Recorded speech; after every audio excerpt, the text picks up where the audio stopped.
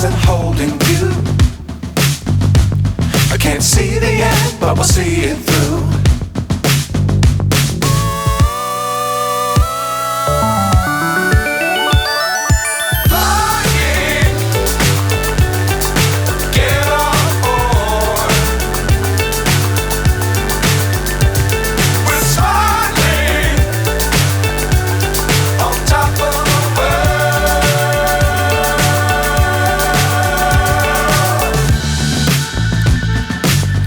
Times don't fly too high.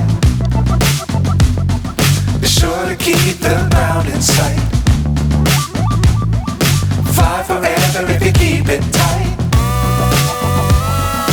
Love the world but keep the sky on your mind.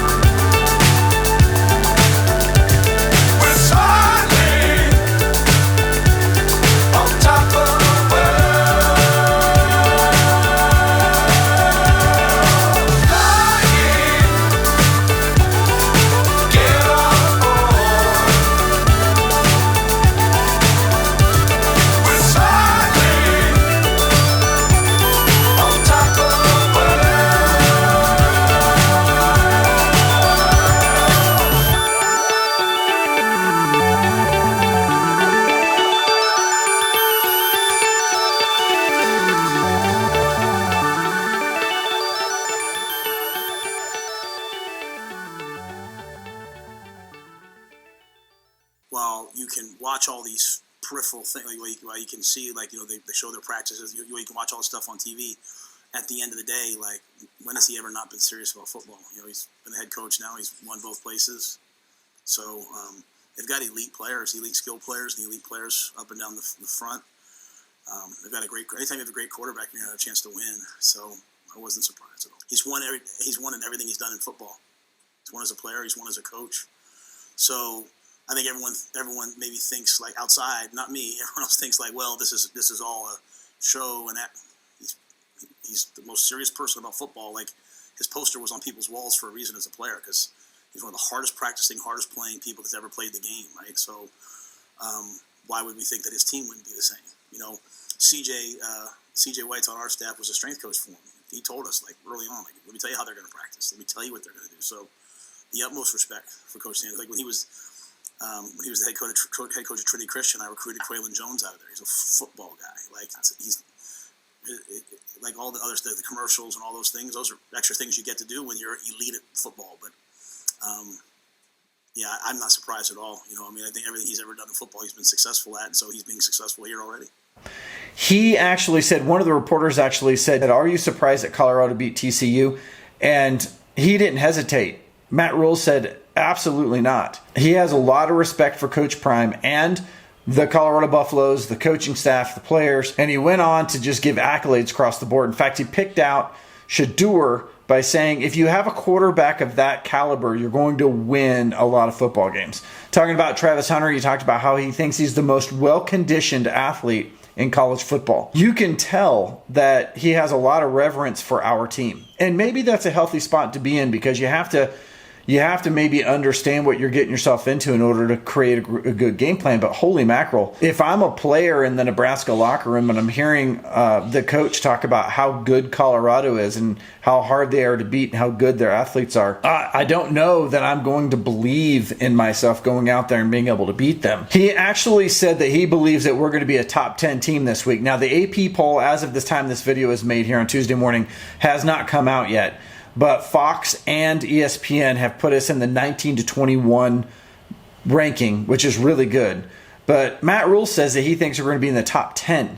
Now, I don't know if that was just a slip of the tongue or if he really believes that, but I like that school of thought there, Matt Rhule. That's good, but that's how much respect that he has for this team, is that he thinks we're going to jump all the way into the top 10 for the performance that we put on TCU. He thinks we're going to take 10 deep shots per game, so 2.5 times per quarter.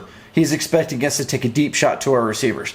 So I feel like that's going to have him maybe pull his backs back a little bit so that they don't get beaten, which is going to enable us to run a little bit better this week versus last week. We can actually establish a running game potentially against Nebraska. That's a tip from Matt Rhule. He said the altitude and tempo is something that they're taking into consideration, and that they've been practicing against tempo so that they're used to it. He had played against Cliff Kingsbury in the past, and Kingsbury had a really fast-paced offense. So I guess Matt Rhule feels like because he has done that and he's prepping his players that maybe they're going to be ready for the speed of the Sean Lewis offense. So this will be interesting to see if they can keep up. He said he's likely going to run a 3-3-5 defense, which is the same defense that TCU had, so that they can try to mitigate the passing plays. So that's going to give us a bump on offense on the running game if we can take advantage of it, which I think we will. I think they're going to be making some adjustments this week to kind of ensure that the running game is a good part of our program. And that defensive set is going to help us with that. And Matt Rhule also said that he is an incrementalist. This is where the most interesting part of this interview came for me,